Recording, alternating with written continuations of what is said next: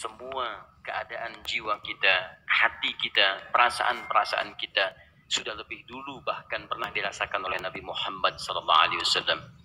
Kalau Anda pernah gelisah, Nabi dulu pernah gelisah. Kalau Anda bahagia, Nabi juga pernah bahagia. Kalau Anda merasakan kekhawatiran, Nabi dulu pernah khawatir. Dan miniatur kehidupan kita sudah dicontohkan dalam perjalanan kehidupan Nabi Muhammad SAW agar kita bisa belajar mengatasi problematika kehidupan. Allahu Akbar, kalau beliau tidak diutus oleh Allah, kita tidak tahu bagaimana cara menyelesaikan pemetaan kehidupan kita hingga dengan saat ini. Bahkan satu ketika pernah beliau kemudian dalam masa yang telah panjang berdakwah, qadarullah kemudian ada wahyu yang jeda datangnya tidak seperti biasanya. Biasanya datangnya cepat, berganti hari turun wahyu, ganti pekan turun wahyu. Ini beberapa masa wahyu belum turun. Ada hikmah di balik itu. Teman-teman sekalian, tiba-tiba beliau naik ke atas bukit, wahyu belum turun juga. Pulang ke rumah, belum turun juga. Sampai keadaan itu terlihat oleh kalangan kafir Quraisy dan mereka berkata, lihatlah Muhammad sudah gila. Dituduh gila. Jadi kalau Anda cuma dituduh dengan hal-hal yang ringan, dituduh soleh, kan? Dituduh kemudian orang yang berubah, dituduh semakin beriman dan sebagainya, barangkali itu lebih baik. Nabi dituduh gila, Anda bayangkan. Tuh Muhammad sudah gila. Muhammad sudah ditinggalkan oleh Tuhannya. Muhammad sudah kehilangan pegangannya. Muhammad sudah tidak punya orientasi. Orangnya sudah nggak jelas, bolak-balik tidak karuan. Naik ke atas bukit seakan-akan orang yang frustasi dan seterusnya. Tapi tahukah Anda apa yang terjadi? Setelah berbagai cacian, makian, tuduhan macam-macam diterima oleh Nabi SAW, lantas tibalah masanya Allah menurunkan satu surah, bahkan disandingkan dengan surah yang lainnya, bersandinglah dua surah ini secara bersamaan turun. Surah ke-93 dan surah ke-94-nya terkait berkelindan, memberikan satu harapan yang sangat panjang.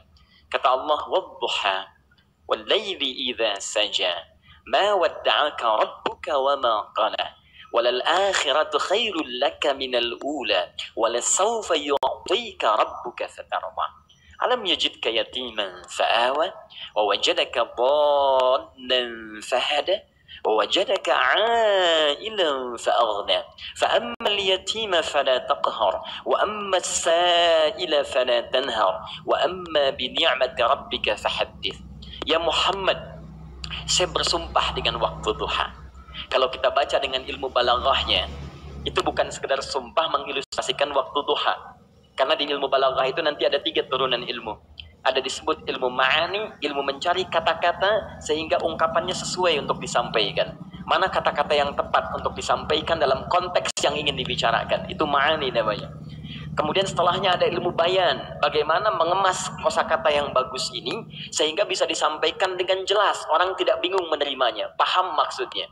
Kemudian setelah itu kadang-kadang jelas kalimatnya, tapi kedengarannya tidak indah. Woi, rapatkan, woi, apa belum paham juga? Rapatkan saf. Memang jelas, tapi nggak ngenakin. Maka bagaimana caranya disampaikan dengan jelas, tapi hati kita terasa nyaman, memuji.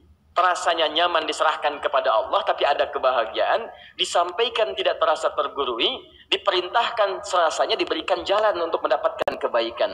Maka yang ketiga disebut dengan ilmu badiah namanya. Ilmu menghiasi kalimat yang disampaikan sehingga terasa dengan nikmat. Turunannya nanti ada majaz namanya. Mengambil sebuah kalimat yang untuk diposisikan pada kalimat yang nyaman disebut dengan kinayah turunannya. Maka teman-teman kata Allah, wadduha. Diterjemahkan demi waktu duha, bukan sekedar waktu duha. Karena duha itu ada cahaya yang indah, dirasakannya enak. Antum keluar waktu duha kan enak tuh, berjemur, kata orang Sunda moyan gitu kan, datang, bahkan sampai dianalisis ada vitamin D-nya bisa terasakan. Ya, kemudian setelah itu ada kenikmatan, enak suasananya, seakan-akan dunia milik sendiri, yang lain numpang. Wah, nyaman keluar itu. Baik, jadi wadduha itu ingin bersumpah mengilustrasikan waktu kenyamanan yang pernah dilalui. Kalau dalam bahasa tafsir yang luasnya, saya bersumpah Muhammad, demi segala kenikmatan yang pernah engkau rasakan dalam hidupmu, seperti engkau merasakan cahaya duha itu. Engkau pernah senang, saya bersumpah dengan kesenanganmu. Engkau pernah tenang, saya bersumpah dengan ketenanganmu.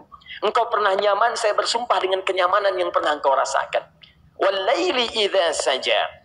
Dan aku pun bersumpah demi gelapnya malam. Demikian terjemahannya. Bukan sekedar gelapnya malam saja, itu sesuatu yang pekat.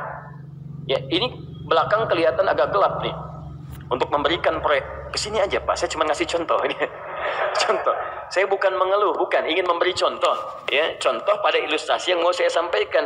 Nggak apa-apa, biarkan saja. Saya mau contoh, kasih kata saja. Ya, ini belakang agak gelap untuk memproyeksikan cahaya ke sini.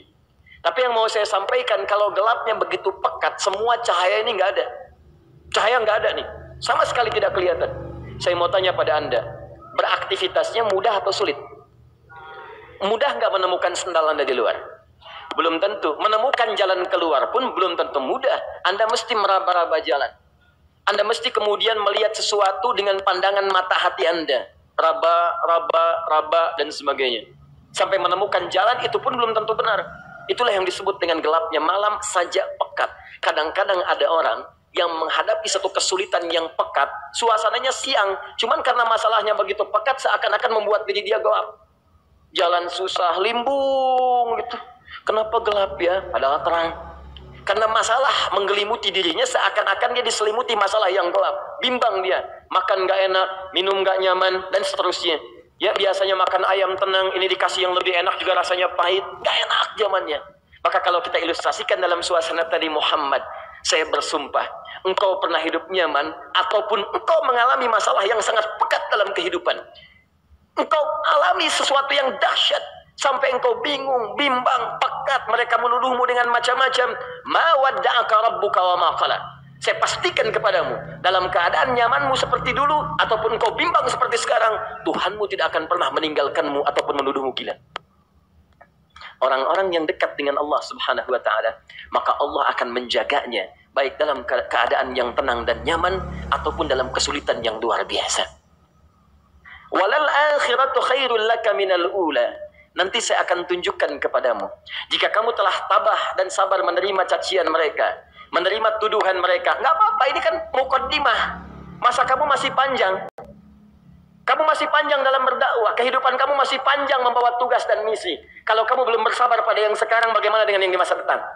Tapi saya pastikan kepadamu, jangankan yang seperti ini, masalah pekat yang paling hebat pun kamu akan hadapi, yang membuat kamu sedemikian sulit lebih daripada ini, yakinkan pada jiwamu, aku tidak akan pernah meninggalkanmu.